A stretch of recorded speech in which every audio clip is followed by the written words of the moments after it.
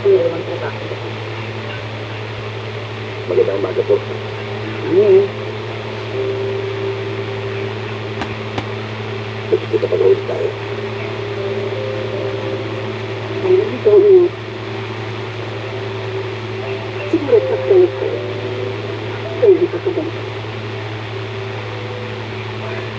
Tisha, ganun mo lang ba yun?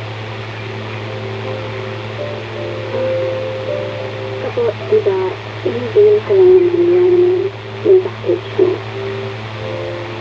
Katulad siya, diba, ha?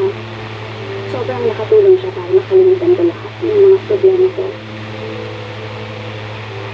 Naging masaya ka kahit sa sanaling ka na. Namimiss ko yung pamilya mo. Love mo yun. Tisha, baka malate ka sa flight mo. You have to go. Ayos na kami. Sana magkita ko ulit tayo. Paano yung mga pag-usapan natin? Yung naramdaman natin. Bakit? Pinipitol ba? Oh, bakit ka pa aalis, Trisha, kung yung nabuo na?